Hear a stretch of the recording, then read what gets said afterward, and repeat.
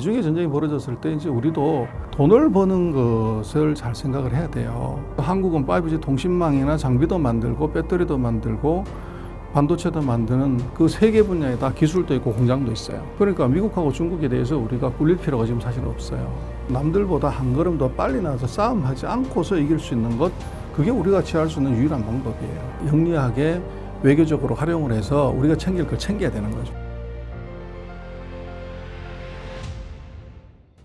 네, 반갑습니다. 오늘은 전병석 소장님 다시금 모셨습니다. 소장님 반갑습니다. 네, 안녕하십니까? 네, 요즘 또 어떻게 지내세요? 뭐 조금 더 바빠졌습니다. 중국이 망한다는 얘기 때문에. 그렇지 않아도 저도 그걸 좀 여쭙고 싶어서 이렇게 또 특별하게 초청하게 됐는데, 중국 경제가 이게 사실 여기저기서 막 나오는 얘기들은 당장이라도 망할 것 같다라는 식으로 얘기를 하시더라고요. 이게 뭐가 맞는 거고, 진짜 중국 경제가 앞으로 큰 위기를 직면한 게 맞는 것인지 좀 궁금하더라고요. 그래서 답안치는 이 전문가 저 전문가한테 물어보는 게 아니고 시간이 최고의 전문가죠. 그래서 한 3개월 지나면은 이제 뭔지 답이 나올 것 같아요. 근데 제가 볼 때는 이제 우리가 팩트 체크 보다가는 외신이 얘기하는 단어를 그대로 갖다가 이제 퍼나르게 하는 것, 이제 그게 어떻게 보면 실제보다는 훨씬 더 과하게 이제 얘기가 되는 거 아닌가 싶고, 그래서 이제 우리가 경제 위기다, 이제 우리 2번 경험해 봤잖아요. IMF도 해봤고 우리 글로벌 금융위 때, 그때 보면은 그 판단하는 거 아주 심플해요. 이 전문가 저 전문가가 필요 없이 최고의 전문가는 미스터 만이에요. 그래서 돈한테 물어보면 답이 아주 정확하게 나오죠. 우리도 그 금융위기 때 보면 주가 금리 환율이 다 폭등하고 폭락을 하죠.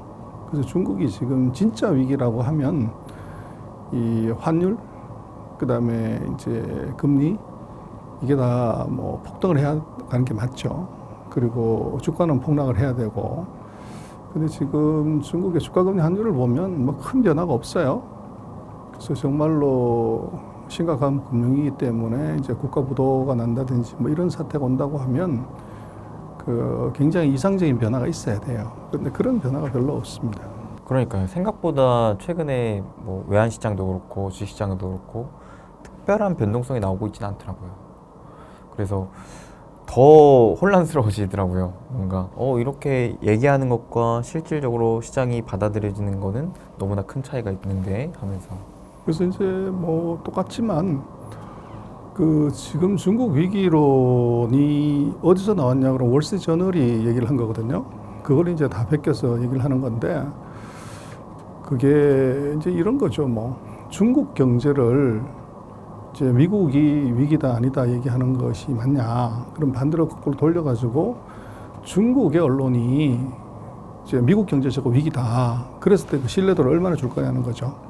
그래서 그거는 이제 제가 볼 때는 언론사들이 요즘 이게 팩트 체크하고 진실 전달 보다가는 어떻게 보면 다 클릭수의 노예가 돼서 좋아요의 노예가 됐기 때문에 거기에 맞춘 이제 기사가 막 쏟아져 나오는 것 같아요.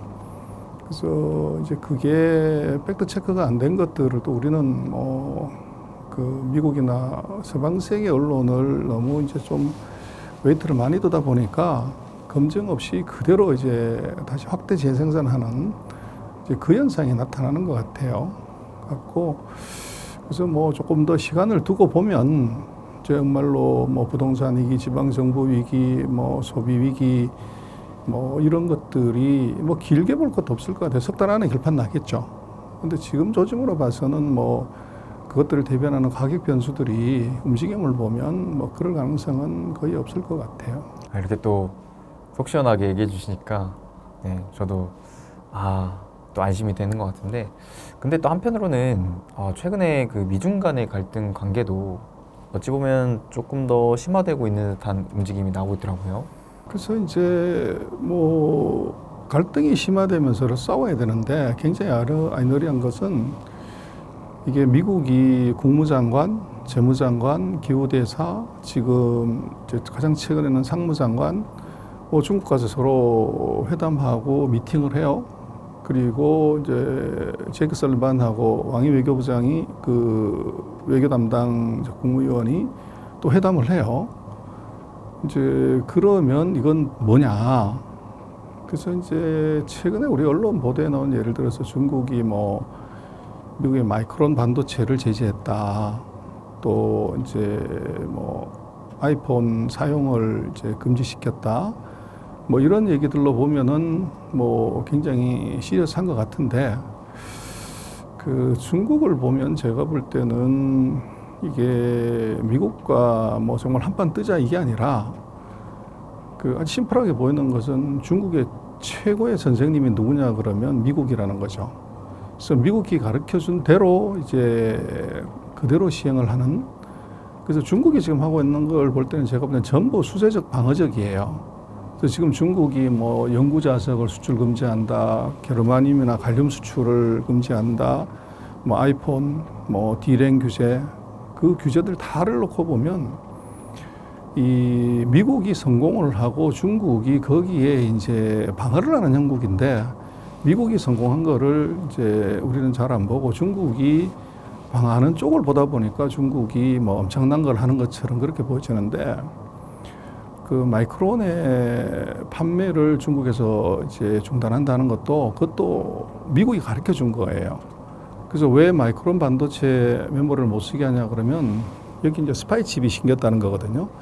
그 서버나 뭐 이런 데다가 마이크론 칩을 쓰게 되면 그 데이터가 유출될 위험이 있다. 그것 때문에 규제를 하는 건데 그거는 2019년인가요? 20년인가 미국이 하웨이를 제재할 때 똑같은 방법을 썼었어요.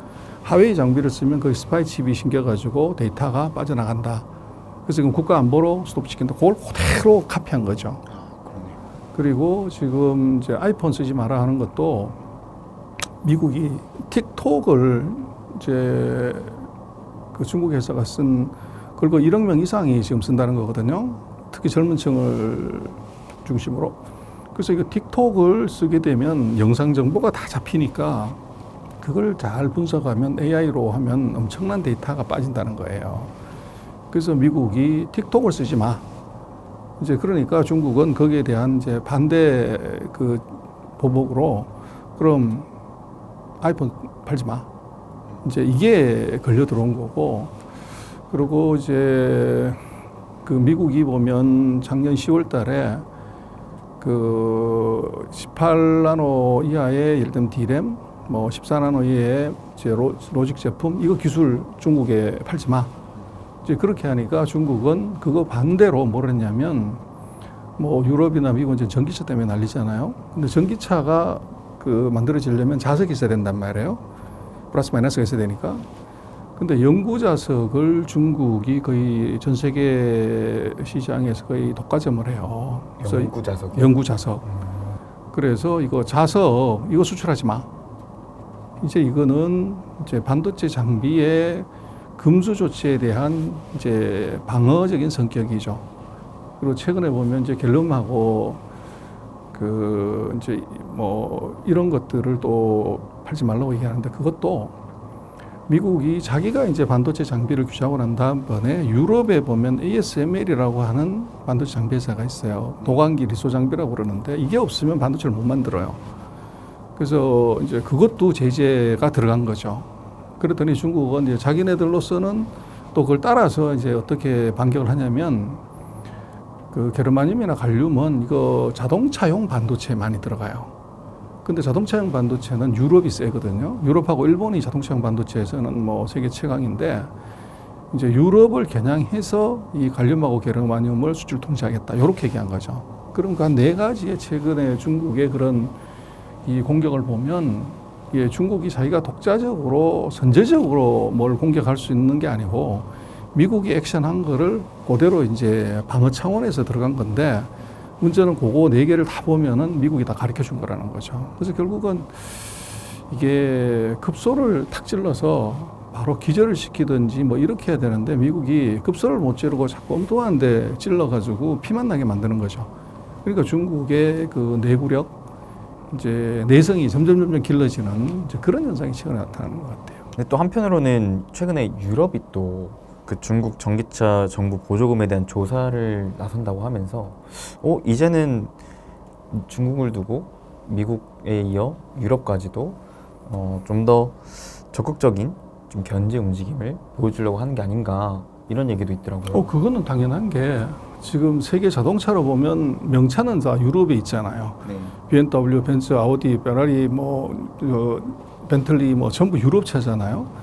근데 지금 중국이 전기차에서는 이게 앱솔루트리 넘버 원이 지금 중국이란 말이에요. 그 중국이 전기차에서 유럽 시장을 지금 잠시 가려고 하는 거죠. 그러다 보니까 유럽에서는 이제 자기 시장을 방어를 하려고 하면 당연히 중국 거를 견제해야 되죠. 근데 문제는 이제 전기차가 되려고 하면 배터리가 있어야 되잖아요. 전기차를 만드는 거는 조립하면 되니까 별 문제가 없는데 거기 들어가는 배터리가 전체 원가의 40%가 넘는데 유럽이 지금 배터리를 제대로 못 만들어요. 그렇죠. 그러다 보니까 그 배터리를 한국하고 이제 중국에 사다 쓰는 거죠. 그래서 자기네 입장에서는 이게 전기차를 만들더라도 중국산 배터리를 대거 채용하게 되면 결정적인 순간에 뒤통수를 맞을 수도 있고 그리고 차가 많이 팔리면 많이 팔릴수록 이제 중국만 배불리는 그런 효과가 나타나죠. 그러니 이제 유럽으로서도 공제여책으로 일단 규제를 해야 이제 그 사이에 자국 내에 들어온 그 중국 이외 나라들이 이제 캐파를 흘리고 또 유럽 내에 있는 기업들도 이제 경쟁을 가지게끔 그 시간을 벌자는 거죠. 이 말씀 또 듣다 보니까 이게 지금 세계 정세가 결국에는 누구 하나를 막 죽이려고 하기보다도 자국을 지키려고 하는 좀 방어적인 수단의 목적이 좀 더 강한 것 같다라는 생각이 드네요. 글로벌 공급망이라는 게 지금까지 전혀 문제가 된 적이 없잖아요. 그거는 미국이 경쟁 상대가 없었기 때문에 30년 동안 다 개방해라. 자유무역 하자. 그렇게 얘기를 하다가 이제 문 다 열었고 서로가 이제 소위 말하는 아담 스미스의 분업 이론에 따라서 그리고 리카르도의 비교 우위설에서 내가 잘하는 것만 생산해서 공급하면 그걸 다 모으면 이제 예를 들어 10개를 모으면 10개가 되는 것이 아니라 100개를 만든 것이 글로벌화의 이익이죠. 근데 이제 미국이 약해지고 그 사이를 사회주의 국가 중국이 치고 올라 들어오니까 이게 체제 위협이 지금 생긴 거란 말이에요. 그러다 보니까 이제 미국이 위협받는 상황에 있어서는 미국이 그러면 이제는 자유경쟁하지 마. 그리고 보조금 주지 마. 이런 것들 하다가 스탠스를 확 바꿔버린 거죠. 그래서 미국이 지금 실제적으로는 보호주의를 세게 하고 있죠. 그리고 그 보조금을 주는 것은 이건 공정시장 경쟁을 위배하는 아주 나쁜 독이야. 이렇게 얘기를 하는데 미국은 지금 반도체, 배터리 거기다 보조금을 무지 많이 주잖아요. 그렇죠. 그러면 다른 나라가 보조금 주는 것은 이건 나쁜 일이고 미국이 보조금 주는 건 그건 뭐냐. 근데 미국이 아주 말을 싹바하고는 그거는 국가 안보다. 국가 안보기 때문에 이건 국방비이기 때문에 그건 돈 주는 건 문제가 안 된다. 이렇게 얘기를 한 거죠. 그러니까 이게 지금은 그 코로나 3년 그다음에 중국의 부상이 만들어낸 소위 말하는 디글로벌라이제이션이 진행이 되면서 각자 도생. 그래서 자기 거 자기가 챙기는 것이지 이게 절대 강자가 없어진 상황에서는 이제 복마전이 벌어지는 거죠. 그래서 지금 그렇게 되면 지금까지 왔던 자유무역이나 국제분업의 효익이 없어지게 되는 거죠.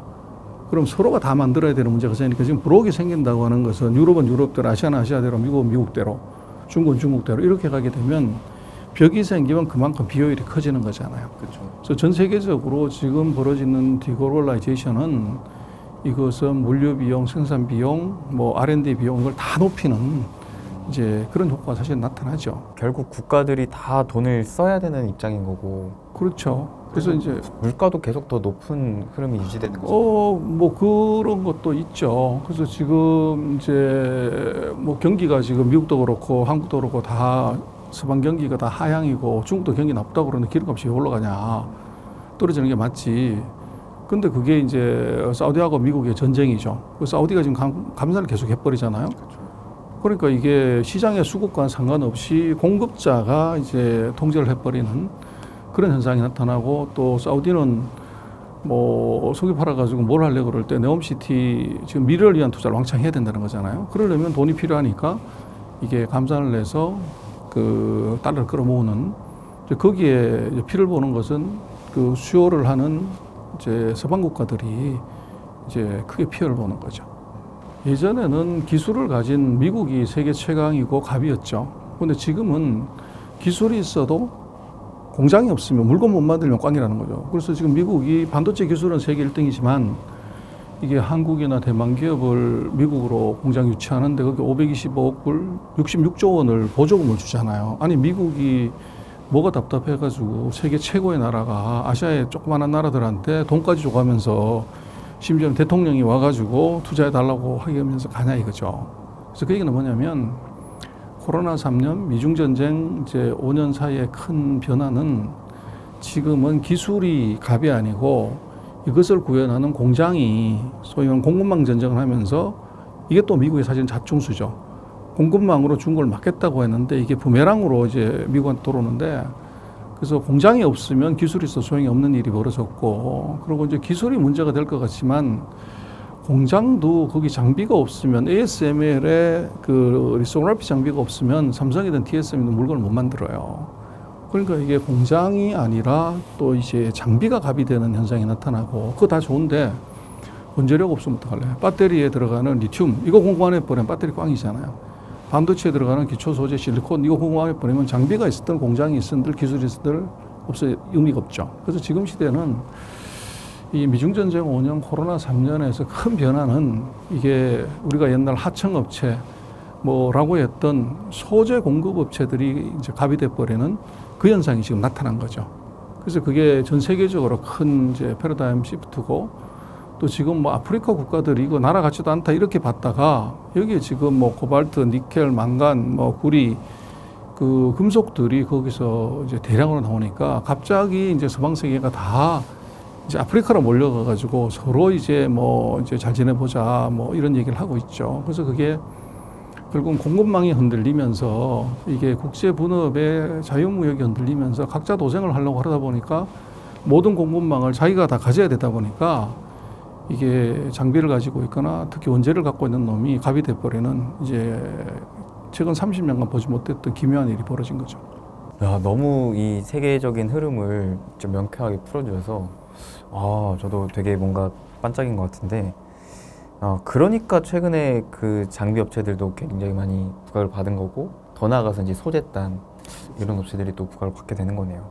근데 사실 우리나라 같은 경우에는 반도체만 보더라도 뭐 기술도 있고 생산성도 있는데 이 소재 쪽이 좀 많이 약하지 않습니까? 우리로서는 치명적인 약점이 지금 소재가 없다는 거예요. 그래서 우리가 중국하고 뭐 탈중국 해버리고 하면 속이 시원한데 문제는 반도체의 경우 43%, 그 배터리 같은 경우는 90% 가까운 소재를 중국에서부터 갖고 들어와요. 그래서 중국하고 빠이빠이를 하면은 뭐 정말 이게 시원하게 해결이 되는데 우리 반도체하고 배터리를 못 만든다는 거죠. 그래서 우리가 중국을 잘 관리해야 되는 이유는 이제는 중국을 우리가 가서 OEM 공장 만들어서 물건 만들어 오는 중국으로는 끝난 거지만 원자재를 공급하는 중국으로서는 이게 너무너무 중요하고 특히 전기차 같은 경우는 전 세계에 그런 이제 니켈, 망간, 코발트, 흑연 이것의 거의 뭐 절반에서 90%를 중국이 공급을 해요. 그래서 전기차를 제대로 가져가려고 하면 중국과의 이 자원 외교 이걸 어떻게 잘하냐가 굉장히 중요합니다. 근데 또 반대로 중국 입장에서도 우리나라 반도체 생산 이 력을 되게 또 중요하게 보고 요구하고 있는 상황인 거잖아요. 그래서 이제 중국은 기술은 반도체를 제외한 나머지 것들은 뭐 시간이 따라오는데 반도체에서만 지금 이제 문제가 되고 있고 그러니까 미국이 반도체를 왜 규제하냐 그러면 중국이 제일 약하기 때문에 상대 약한 놈을 찔러야 이제 이기는 거잖아요. 그렇죠. 그러면 중국이 거기서 항복하고 이제 손들고 나와야 되는데 안 나오는 이유는 그 반도체나 첨단 제품을 만들 때 반드시 필요한 게 히토리 금속이에요. 근데 이 히토리 금속의 거의 전 세계 생산의 60%를 중국이 한다고요. 그러니까 미국은 이제 이 기술의 창으로 중국을 찔렀는데 중국은 뭘로 막냐 하면 자원의 방패로 막아버리는 거예요. 그러니까 이게 공급망이라고 하는 것은 어느 나라도 모든 공급망을 소유한 나라는 없어요. 공급망은 관리하는 것이 소유하는 것이 아닌데 이걸 소유 쪽으로 끌고 가다 보니까 아이러니하게 중국의 힘이 더 세져 버리는 그런 현상이 지금 나타나게 된 거고 그리고 또 하나는 뭐냐 그러면 그 이번에 애플 사태가 전형적인 거지만 애플의 이거 중국에서 판매를 이거를 제한하는 조치를 취하니까 애플 주가가 폭락을 해버린단 말이에요. 근데 그게 이제 어떤 의미냐 하는 거죠. 그 얘기는 시장으로서의 중국이 중요해졌다. 예전 같았으면 뭐 애플에서 안 팔면 어때? 뭐 이러면 중국 시장이 많이 나올 때는 문제가 안 되지만 지금은 애플의 이익의 거의 21%를 거기서 벌기 때문에 이게 못 팔면 바로 이익이 20% 터지면 주가는 그보다 더 터지게 돼 있단 말이에요. 근데 그게 애플만의 문제냐? 그 예를 들어서 테슬라는 지금 130만 대, 작년에 133만 대가 팔았단 말이에요. 근데 100만 대를 상해에서 만들어요. 그러면 중국이 문제가 되면 테슬라는 거의 뭐 80%가 날아간다고 봐야 되는 거죠. 그래서 테슬라 주가가 과연 이제 온전할 수 있냐. 그래서 지금은 중국은 마켓으로서의 중국으로 봐야 돼요. 그래서 우리로 봤을 때는 우리는 OEM 팩토리로 지금까지 봤지만 공장으로서 중국이 아니라 우리는 관리해야 되는 건 자원 공급. 마치 우리가 중동, 사우디나 뭐 이런 데를 자원 공급이라고 보잖아요. 중국은 이제 그런 식으로 봐야 되고, 거기다 플러스해서 지금 전 세계 노트북, 핸드폰, 자동차, 이게 전기차 최대 시장이 미국이 아니고 중국이에요. 그러다 보니까 예전에 우리가 미국을 시장으로 봤던 것과 같은 시각으로 중국을 봐야 된다는 거죠.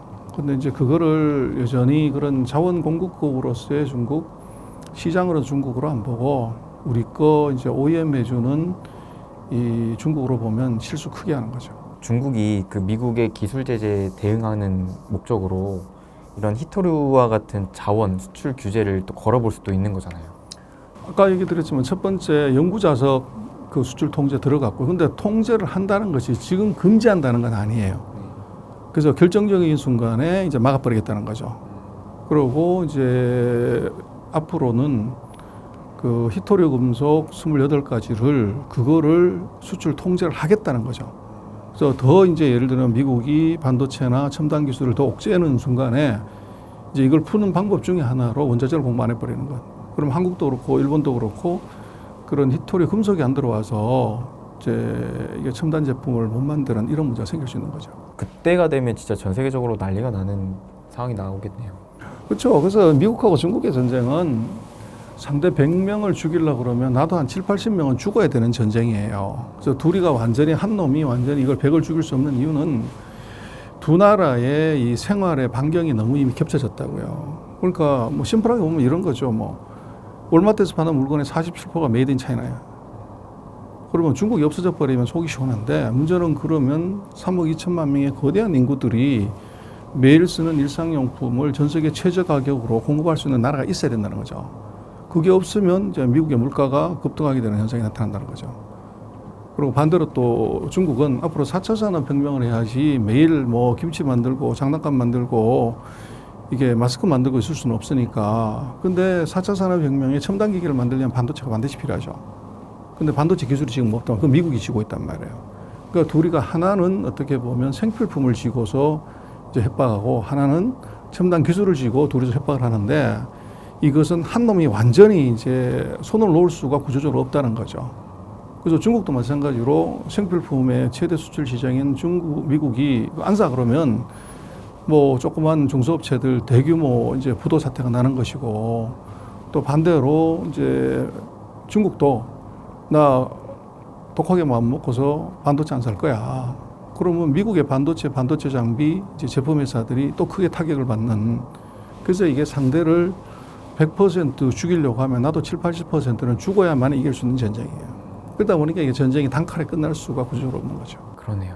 그래서 계속 장기화가 되는 거고, 그렇죠. 계속 하나 가면은 또 하나 오고 이렇게 왔다 갔다 하는 거네요. 근데 또 문제는 내년에 미국 대선 있지 않습니까?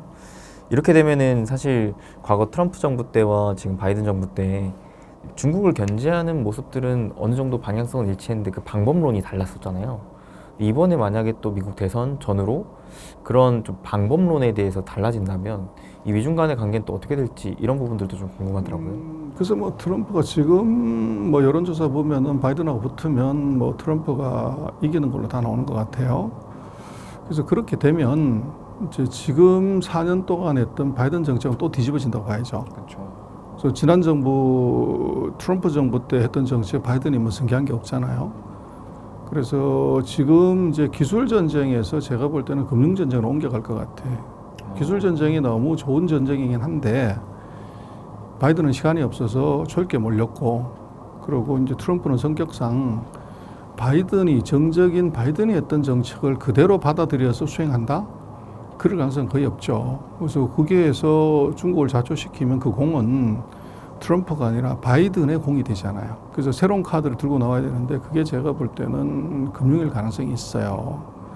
그래서 미국은 이제 무역으로 시비 걸고 기술로 목을 세게 졸아서 이제 숨통을 좋은 다음에 숨통을 풀어주는 조건으로 이제 이 금융시장을 열어라. 그래서 금융에서 돈을 털어가는 그 전략으로 갈 가능성이 있어 보입니다. 최근에 또 중국이 그 달러에 대한 보유량이 많이 좀 떨어졌다라는 얘기도 나왔었거든요. 그건 아니고요.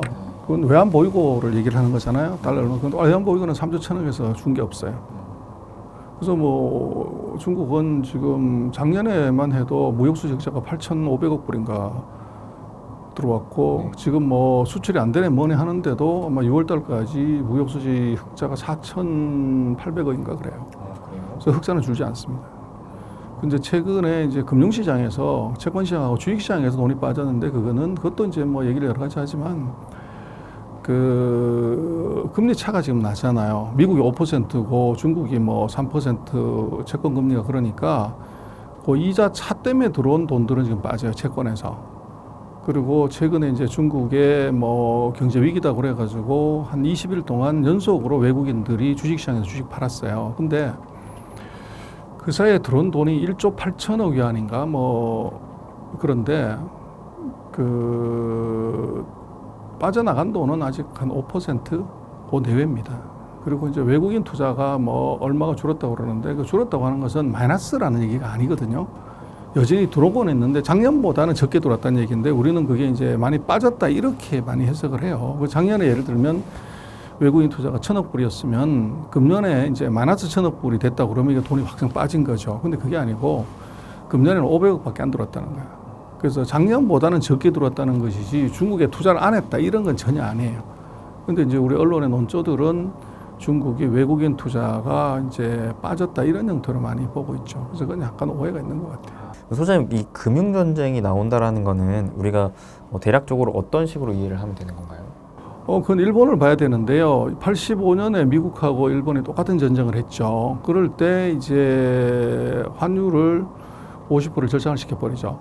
그리고 금융시장을 다 열게 해서 전 세계 헤지펀드들이 다 이제 일본에 들어가가지고 6,900이었던 니케이가 89년에 보면 4년 만에 38,000인가? 뭐, 4-5배 그냥 확 올라갔죠. 네네네. 그리고 이제 89년 꼭지에 외국인이 다 털고 나가니까 거기서 버블이 터져서 30년 동안 헤맨 거죠. 그저 생각할 수 있는 것은 환율 절상, 금융시장 개방, 외환시장 개방. 사실 이전 트럼프 정권 때 이런 움직임을 실제로 보여줬었잖아요. 트럼프는 금융까지는 아니고요. 무역 전쟁을 주로 했죠. 그래서 무역 수지 흑자를 줄여라. 그러고 이제 최종적으로 트럼프가 했던 것은 무역 협정을 서로 맺으면서 2021년까지인가요? 2천억 불의 무역 수지 이제 흑자를 줄여라. 그걸 했는데 2021년 정산을 해봤더니 미국이 대통령 바뀌는 바람에 뭐 바이든 그거 안 챙기니까 중국이 한 1,000억 불어치만 사주고 1,000억 불 안 사줬죠. 약속을 어겼죠. 그런데도 뭐 바이든은 그거 전혀 신경 안 쓰죠. 그러면 진짜 만에 하나 과거 일본을 미국이 대놓고 견제했었던 것처럼 중국을 금융 전쟁으로 이끈다라고 봤을 때는 결국에는 시장을 개방하고 돈을 더 풀어준다는 개념인 거잖아요. 그래서 돈이 들어가고 싶은 거죠. 그래서 지금 미국의 최대 경쟁력은 뭐 핵무기, 로봇, 무슨 뭐 AI가 아니고 금융이에요. 금융은 미국하고 중국은 게임이 안 되죠. 그래서 이제 중국도 그걸 알기 때문에 금융시장 열었다 그러면 한 방에 다 깨지니까 그걸 단계적으로 열고 여는 것을 이제 어떻게 보면 협상의 카드로 쓰려고 하는 거죠. 하는 거고 이제 미국의 입장에서는 그러면 뭐 쓸데없이 무슨 무역전쟁, 기술전쟁 왜 하냐, 바로 금융전쟁 하면 되지 그러는데 문제는 이제 일본이 어떻게 바보처럼 그 환율을 50%나 절상을 시켜줬냐. 그게 가장 중요한 단초는 국방이에요. 그래서 일본은 지은 죄가 있잖아요. 진주만을 공격을 했어, 미국 본토를. 네네. 그래서 미국은 절대로 일본은 군사력을 가지면 안 된다. 그래서 일본 군대 이름은 국군이 아니에요. 자위대라고 그러죠. 자위대라는 건 자기 경비만 선다는 거지. 그래서 일본이 어떻게 전후에 그렇게 빨리 고성장을 했냐면 국방을 미국이 이제 담당을 해줬기 때문에 국방에다 돈을 안 들여서 그게 경제로 가는 바람에 고성장을 한 거죠. 근데 이제 문제는 중국은 국방을 미국에 의존하지 않아요. 그러니까 이게 내가 너 안 지켜줄 거야 이제는 그런 협박이 먹히지 않는다는 거죠. 그리고 이제 일본은 우리처럼 외환시장, 금융시장이 다 개방이 돼 있잖아요. 언제든지 외국 돈이 들어왔다 나갔다 할 수 있는데 중국은 금융시장이고 외환시장이고 그게 다 완전 개방된 게 아니에요. 그러니까 헤지펀드들이 미국계 금융관이 대거 쏟아져 들어가지고 왕창 올려놓고 팔고 싹 나와버리면 간단하게 끝나는데 그게 구조적으로 안 된다는 거죠. 그래서 그 두 가지 점이 차이가 있고 그래서 앞으로 아마 미중이 계속 전쟁을 하면서 그 두 가지를 중국이 수용하게끔 기술로 계속 압박을 넣는 가능성이 높다는 거죠. 결국에는 또 계속 이러한 분쟁 관계가 장기화가 되는 것이고 그거는 역사를 보면 되는데 미국이 넘버 2였던 나라를 죽인 게 소련을 죽였었고 일본을 죽였잖아요. 그렇죠. 그게 얼마 걸렸냐면 일본 죽이는데 10년 걸렸고 소련 죽이는데 18년 걸렸어요. 근데 일본을 죽였을 때 1985년의 GDP가 지금 중국 GDP의 12분의 1밖에 안 돼요. 그러면 그보다 12배나 더 큰 나라를 죽이려고 그러면 뭐 10년 갖고는 택도 없는 거죠. 그럼 최소한 이제 20년을 가야 된다고 봐야 되는데 지금 바이든, 트럼프 다 합쳐가지고 뭐 지금 6년째 지금 하고 있는 거잖아요. 그래서 6년 만에 당시 일본의 12배나 더 큰 나라를 자축시킨다는 건 불가능하죠. 그래서 앞으로도 적어도 뭐 10년에서 20년 정도는 더 전쟁을 해야 되는 이제 그런 싸움이라고 봐야죠. 참 쉽지 않은 시대적인 상황인 것 같습니다. 근데 또 그 중간에 우리나라가 껴있다라는 게 아무래도 계속 좀 걱정이 되는데 이게 기술 전쟁이 이어서 금융 전쟁이 벌어진다면 우리나라에는 또 어떤 영향을 주는지도 좀 궁금하거든요. 그거는 이제 뭐 구경이라는 게 불구경, 물구경, 전쟁 구경이 제일 이제 재밌다고 그러는데 거기서 돈을 챙겨야 되는 거죠. 그래서 예를 들면 그 한국 전쟁이 났을 때 일본이 돈 벌었잖아요. 네. 그걸로 일었었고 베트남 전쟁이 터졌을 때 일본하고 한국이 돈 벌었잖아요. 중동 전쟁이 터졌을 때 우리도 가서 돈 벌었고요. 그래서 지금 미중의 전쟁이 벌어졌을 때 이제 우리도 돈을 버는 것을 잘 생각을 해야 돼요. 그래서 이제 우리는 뭐 미국과 70년 우방이기 때문에 미국 편에 서는 건 지극히 당연한 일인데 문제는 이제 그 동맹에 섰을 때 이익을 못 챙기면 돈만 내고 아무것도 이제 실리가 없죠. 그래서 그거를 이제 우리가 챙기는 걸 좀 연구를 해야 되는데 거기에 중요한 단초는 디리스킹이에요. 그래서 미국이 지금까지 디커플링이라는 단어를 쓰다 갑자기 7월 달부터 디리스킹이라는 말을 쓰면서 이게 중국하고 갑자기 회담하고 뭐 난리를 쳐요. 그 얘기는 뭐냐면 경제를 운영하고 살리는 데 있어서 중국의 도움은 반드시 필요하다. 근데 이게 지금보다 더 발전하는 건데 그래서 세 가지 반도체, AI, 양자 요 세 가지를 뺀 나머지는 중국하고 협력하겠다. 요게 미국의 전략이죠. 그래서 우리는 뭐 중국에서 다 빼야 된다, 탈중국해야 된다 이건 잘못됐고 첨단 기술에 관한 것만 그거는 중국으로 가면 안 되고 나머지는 중국과 협력을 더 많이 해서 중국에 더 많이 팔아야 되고 더 많이 벌어야 되는 거죠. 근데 우리는 이제 그런 생각은 안 하고 탈중국만 얘기만 계속 하니까 이제 문제가 있는 거죠. 확실히 이득을 취할 수 있는 건 확실히 좀 취하면서 그렇죠. 그래서 지금 우리가 미국 편에 줄을 서서 뭐 IPEF, 치포, 한미일 동맹, IRA, 뭐 그 칩스 지원법 거기에 우리가 다 뭐 전 세계 국가 중에서 가장 적극적으로 다 지금 우리가 미국을 지원하잖아요. 맞습니다. 근데 미국에서 우리 그걸 얻은 게 뭐냐? 그래서 보면 IRA 하는데 우리 반도체 배터리 보조금 뺐잖아요. 네. 그리고 지금 칩스 뭐 이게 이 반도체 지원금 주는데 거기에 우리 또 뒤통수 맞았잖아요. 그래서 이게 보조금 받으면 기술 정보 다 내놔라. 그리고 이익 남서를 갈라 먹어야 되고 세계 최대 시장인 중국엔 투자하지 마라. 그게 이제 우리한테 들어왔잖아요. 그래서 그것들이 이제 우리가 그게 이제 외교력이고 힘인 거죠. 그래서 같은 편에 서줬을 때 뭔가 우리도 이익을 크게 챙기는 이제 그런 전략이 반드시 있어야 됩니다. 대표적으로 우리나라가 지금 좀 강하게 밀어붙여야 될 만한 전략이 어떤 게 있을까요? 전 세계가 싸움 붙은 게 반도체, 배터리, 통신망 세 개잖아요. 5G 5G 없으면 아무것도 안 되잖아요, 이게. 그리고 이게 있다고 하더라도 이게 배터리 없으면 배터리 나가면 핸드폰 소용 없잖아요. 근데 반도체 지금 뭐 난리는 7나노든 5나노든 3나노든 여기 반도체 칩이 있어야 되는데 이거 갖고 싸우잖아요. 근데 거기 보면 미국은 반도체 기술은 최고인데 이걸 5나노, 3나노를 못 만들어요. 중국은 아예 손도 못 대고, 그리고 배터리는 중국이 세계 1등이고 우리가 2등인데 중국은 지금 전 세계로 팔아먹으려고 하고 있지만 미국으로 못 팔고 있는 상태고, 그리고 미국은 배터리를 못 만든단 말이에요. 만드는 회사가 없어. 그러니까 한국이 이게 아주 중요한 파트너가 되는 거죠. 그리고 여기 5G 통신망 같은 경우는 미국은 5G 통신망 장비를 만드는 회사가 없습니다. 근데 그 세계 1등이 누구냐면 중국이에요. 하웨이. 그래서 한국은 5G 통신망이나 장비도 만들고 배터리도 만들고 반도체도 만드는 그 세 개 분야에 다 기술도 있고 공장도 있어요. 그러네요.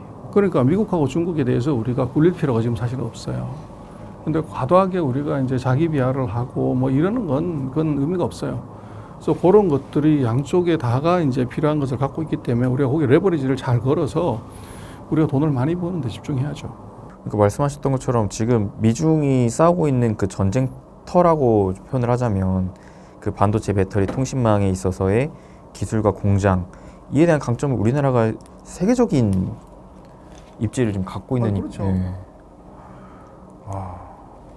그런데 그러니까 이렇게까지 강점을 가지고 있는데 우리가 계속 의뢰 입장으로 숙일 필요는 없다라는 거죠. 숙일 필요 없는 건 아니고 그 상대가 세계에서 1등, 2등 하는 나라잖아요. 거기에 갓상대로 뭐 폼 잡다면 터지죠. 그래서 철저하게 약자 코스프레는 가야 되는데 우리가 뭐 G10 정도 우리 되잖아요. 그 1, 2등 하는 놈한테 10등이 대들면 그건 터지죠. 그렇죠. 근데 철저하게 약자 코스프레는 가지만 두 놈 다 지금 약점이 있단 말이에요. 그걸 우리가 잘 이제 영리하게 외교적으로 활용을 해서 우리가 챙길 걸 챙겨야 되는 거죠. 예를 들면 중국이 우리한테 보복하려고 그러는데 미국이 그거 반드시 브로킹 해줘야 된다. 이런 것들을 우리가 내걸어야 되는 거죠. 확실히 지금 딱 설명해 주셨던 기술과 공장 이게 결국 미중 간의 미중도 마찬가지지만 다른 국가들도 이런 굴기를 자체적으로 확보하려고 수많은 돈을 쓰고 있는 입장이잖아요. 그럼요. 지금 반도체를 완전히 날려먹은 일본이 다시 반도체 굴기 들어갔고 유럽이 지금 반도체 다시 지금 뭐 50조인가 60조인가 퍼넣어서 지금 하고 있고 인도도 지금 한 20조 정도 퍼넣어서 반도체 다시 하고 있고 중국이 며칠 전에 발표한 거 보면 또 이제 그 사이 한 50조 정도 퍼넣었는데 이번에 또 한 60조 정도를 또 퍼넣어요. 그래서 각국이 지금 반도체는 모든 지역에서 다 이제 자국 산업 육성하려고 경쟁이 붙었죠. 그런 상황을 우리나라 반도체 산업 입장에서는 좋은 점으로 좀 봐야 될까요? 좋지 않은 점으로 나쁘죠. 진입자가 많아졌고 경쟁자가 많아졌는데 그래서 박터지게 싸울 수밖에 없는 구조인데 이제 그걸 피할 수 있는 방법은 뭐 1등하는 방법이 두 가지가 있잖아요.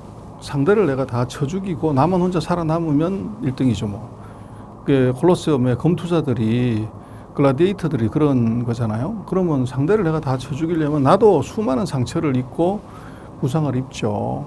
이제 그런 1등이 있을 수 있고 마라톤 경기를 할 때 남보다 한 걸음만 앞서가면 1등이잖아요. 그 지금 우리가 그 취해야 될 전략은 니전 투구에서 서로가 쳐 죽이는 그 전쟁을 하면 우리는 돈도 없고 자원도 약하고 시장도 없기 때문에 그건 죽어요. 이겨도 그건 이기는 게 아니고 그래서 남들보다 한 걸음 더 빨리 나와서 싸움하지 않고서 이길 수 있는 것 그게 우리가 취할 수 있는 유일한 방법이에요. 그래서 다행히 우리는 뭐 반도체 배터리 통신에서 기술을 갖고 있기 때문에 그 기술을 더 악셀레이션 시켜가지고 다른 나라가 못 따라오게끔 이게 적어도 한 발 이상의 갭을 계속 유지하는 거 그게 우리가 해야 될 일이죠. 오히려 그 안에서 새로운 기회를 또 창출해낼 수도 있지 않을까요? 그 각국이 자국의 반도체 굴기를 확보하려고 하는 입장에서 그렇게 쉬울 것 같으면 생각을 해보면 미국이 뭐가 답답해가지고 66조 원을 퍼서 한국하고 대만한테 주겠어요. 미국도 어렵다는 거죠. 미국도 어려운데 일본이나 인도나 중국이나 유럽이 미국보다 더 잘하냐? 그보다 못하죠. 그래서 미국도 안 돼가지고 한국하고 대만을 불러들이는 판에 나머지들이 돈은 퍼넣지만 그 성과가 언제 날 거냐는 그 미지수예요. 그리고 이제 반도체가 우리가 첨단 산업이라고는 얘기를 하지만 상교대 산업이거든요. 365일 24시간 돌려야 된다고 공장을. 그럼 근데 지금 유럽이나 미국이나 일본은 인당 소득이 뭐 5만 달러, 6만 달러, 7만 달러잖아요. 근데 우리도 지금 3만 3천 달러인데도 상교대 안 되잖아요. 상교대 산업 다 죽었단 말이에요. 근데 유럽이나 일본이나 미국은 그 상교대 산업이 벌써 30년, 40년 전에 다 없어졌고 해외로 나갔는데 그걸 다시 돈 들인다고 했을 때 그럼 라인에 누가 들어가서 일할래? 밤 12시에 출근해서 아침 8시에 퇴근하고 8시에 출근해서 오후 4시에 퇴근하고 4시에 출근해서 밤 12시까지 일하는 이거를 누가 할래 하는 것이 문제가 돼요. 근데 그 일할 사람이 없으면 공장은 지었지만 꽝인 거죠. 그래서 그 이제 서방 세계가 공급망 때문에 반도체 공장을 왕창 짓기는 짓지만 이제 최대 문제는 사람 문제, 인력 문제. 그래서 지금 TSMC도 뭐 미국에서 반도체 공장을 짓는데 지금 아주 머리가 아파 죽는 것이 자기네 대만에서는 엔지니어들이 날밤 새면서 일하고 공장 짓고 하는데 미국의 노동자는 택도 없다는 거죠. 그래서 밤 12시 새벽 1시에 이제 공장에서 문제가 생겨가지고 네가 와서 빨리 고쳐라 그러면 지금 근무 시간 아니니까 내일 아침 8시에 보자 그런다는 거죠. 그러니 이제 진도가 안 나가는 문제가 생긴다는 거예요. 그래서 돈은 들일 수 있지만 그 기술을 확보하는 것은 그 안에 또 다른 복잡 문제가 있습니다. 그러면은 또 얘기가 나온 김에 반도체 산업에 대해서 조금만 더 여쭐게요. 최근에 TSMC가 장비 납품을 연기하면서 반도체 수요에 대한 우려감이 좀 생겨나고 있더라고요. 이 반도체 수요에 대한 위축이 생긴다면 결국 반도체 사이클 산업상 이게 아직도 바닥이 아닌가? 라는 의구심이 좀 들 수도 있을 것 같은데요. 그거는요, 제가 볼 때는 언론에서 그냥 쓴 거고, 진짜 이거 안 받은 거냐, 그거는 좀 다른 문제인 것 같아요. 근데 지금 TSMC가 대만에도 공장 짓고, 일본에도 공장 짓고, 유럽에도 짓고, 중국이 한꺼번에 4-5개를 지어요. 근데 지금 놓고 보면 만약에 미국이 중국을 완전히 진짜 브로킹 한다고 그러면 이 반도체 장비도 30%가 공급 과잉이 나와요. 그러면 지금 빨리 장비를 사가지고서 공장을 빨리 짓는 게 답이냐? 아니면은 건물을 먼저 짓고 장비는 천천히 공급 과잉이 났을 땐 가격이 훅 떨어질 거 아니에요. 이제 그런 의미냐? 아니면 정말 수요가 너무 나빠가지고 지금 장비를 발주 안 하는 거냐 하면은 그게 전자예요. 반도체는 공장 짓는데 2년 반 걸려요. 지금 장비를 안 산다고 그래가지고 지금 생산에 영향을 받는 게 전혀 아니에요. 그래서 지금 장비를 안 사는 것은 2년 반 뒤에 생산에 영향을 미치는 것이고 지금 얘들이 반도체 장비 만약에 그 납품 연기를 했다고 하는 것은 제가 볼 때는 꼼수죠. 반도체 장비 가격이 더 떨어졌을 때 그때 살려고 하는 이제 전략적인 목적이 있죠. 그리고 그 이유는 작년에 보면 전 세계에서 반도체 장비를 제일 많이 산 데가 중국이에요. 중국이 왕창 샀고 금년 상반기까지도 대량으로 사들였는데 금년 9월 1일부터 이제 7월 1일, 9월 1일부터는 일본하고 네덜란드, 미국이 장비를 안 판다고요. 그러면 이제 장비가 다 남을 거 아니에요. 그럼 그거 어떡할래? 그때는 지금은 반도체 장비를 파는 사람이 갑이지만 중국이라는 30% 시장이 죽어버린 상황에서는 장비가 갑이 아니고 공장 짓는 회사가 갑이 되는 거죠. 그래서 제가 볼 때는 지금 TSMC의 이 문제는 그렇게 보는 게 맞을 것 같아요. 선생님, 근데 올해 반도체 산업에서 가장 큰 키워드로 화두되고 있는 게 여전히 AI거든요. 이 AI 도래로 뭐 엔비디아뿐만 아니라 우리나라 반도체 산업에도 굉장히 훈풍이 불고 있는데 앞으로 이 AI 시장이 점점 커져간다면 우리나라 반도체 산업의 전망도 매우 좀 밝게 우리가 좀 기대해 볼 수가 있는 건가요? 근데 이제 엔비디아를 누가 만들었냐? 젠슨 황이 만들었다 이렇게 생각하는데 제가 볼 땐 그게 아니고 이 트럼프가 만든 거예요. 그래서 미국과 중국이 전쟁을 하는 바람에 엔비디아가 뜬 거죠. 그래서 그게 무슨 말이냐면 미국이 절대로 중국한테 주면 안 되는 기술이 AI예요. 그래서 이게 AI가 되면 무슨 문제가 생기냐면 지금 인민해방군이 중국이 230만 명이 있고 이제 미군이 130만이 있는데 이게 다 필요 없어진다는 거죠. 그래서 전투기를 아마 최근 어떤 신문에서 보면 그거 나왔는데 전투기를 파일럿이 모는 게 아니라 AI가 모는 거예요. 앞으로 장갑차, 탱크 이거를 사람이 모는 게 아니고 AI가 몬다고요. 그렇게 되면 AI의 파워가 이게 전쟁의 승부를 결정짓게 돼요. 그래서 미국하고 중국이 싸우는 것은 결국은 나중에 가서 전쟁을 해야 되는데 그 전쟁에서 AI의 파워가 결국은 전쟁의 승부를 결정짓기 때문에 AI를 못하게 하려면 AI를 하려면 밑에 반도체가 있어야 되잖아요. 그렇죠. 그래서 미국이 반도체를 끊어버리는 거거든요. 근데 그 과정에서 무슨 반도체가 필요하냐면 CPU가 필요하고 NPU가 필요한 게 아니라 GPU가 필요해요. 엔비디아가 하고 있는. 그래서 엔비디아가 뜬 거죠.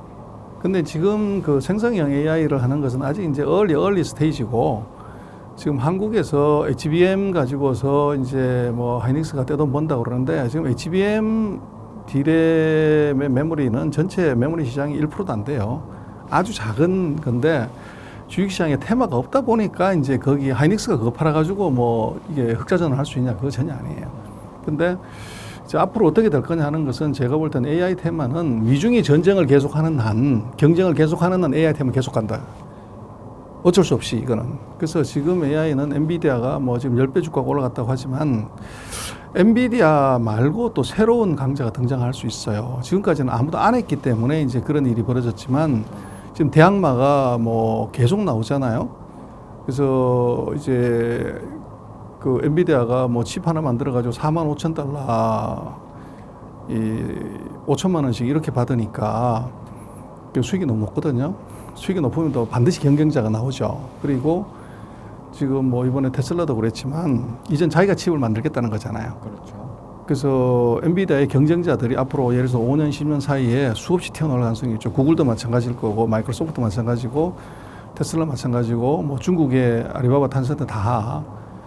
그래서 제가 볼 때는 엔비디아는 AI 칩에 불을 지른 것, 이제 불을 질러서 이제 초기에 불이 탄 거고, 최종 승자가 엔비디아냐, 이거는 얘기하기 어려워요. 그래서 엔비디아하고 뭐 예를 들어 구글이다, 마이크로소프트다, 뭐 얘들이 돈이 없어서 투자 안 하는 건 아니거든요.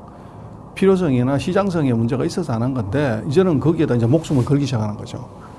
그렇게 되면 그 엔비디아로 그 상징되는 AI 테마는 미중이 전쟁을 계속하는 날에는 계속 갈 건데 거기에 주도하는 이제 어떻게 보면 리딩 컴퍼니는 꼭 엔비디아다 그렇게 얘기하는 없을 것 같아요. 지금은 엔비디아지만 그래서 앞으로 2년 뒤에도 엔비디아가 계속 갈 건지는 그건 또 두고 봐야죠. 새로운 게임 체인저가 나올 수 있는 그렇죠. 거네요. 혹시 그게 제가 공부해봤던 바로는 GPU 다음으로 막 구글도 그렇고 수많은 기업들이 주목하고 있는 게 NPU라는 반도체 칩이더라고요. 이 시장에서 좀 주목을 해봤던. 그래서 그건 이제 누구도 앞으로 미래는 이제 그 필요는 발명의 어머니잖아요. GPU라는 것도 원래는 비디오 그래픽 그 카드였잖아요. 그거. 그래서 여러 사람이 막 이제 게임을 하다 보니까 이게 한 사람 1대1로 하는 것보다 동시에 뭐를 해야 되니까 병렬 처리하는 것에 강하게 만든 게 GPU고 그 GPU라는 것은 뭐 계산을 빨리 하는 데는 도움 안 되죠. 근데 지금 이제 AI를 등장하기나 전 세계에 있는 데이터를 다 긁어 모아가지고 거기서 IP를 뽑고 거기서 이제 AI를 만들다 보니까 전 세계 걸 동시에 끌고 모아서 하는 데는 병렬 작업이 절대적으로 필요하다 보니까 GPU가 된 거죠. 근데 그보다 더 파워풀한 성능은 또 뭐가 나올지 모르죠. 그래서 뭐 그냥 생각을 해보면 6개월 전에 챗GPT 얘기한 사람 있었나요? 뭐. 그래서 그게 기술의 지금 발전의 속도는 뭐 6개월, 1년마다 바뀌기 때문에 지금 새로운 아마 또 데이터를 처리하는데 지금 새로운 개념의 반도체들은 개념은 무지 많아요. 근데 그걸 이제 구현하려고 했을 때 기술적으로 또 이제 재료나 뭐 공정 거기에서 문제 때문에 못 하는 거죠. 그러나 뭐 예를 들어서 반도체 칩 하나가 5천만 원씩 한다, 한 개가. 그러면 목숨 걸고 하죠.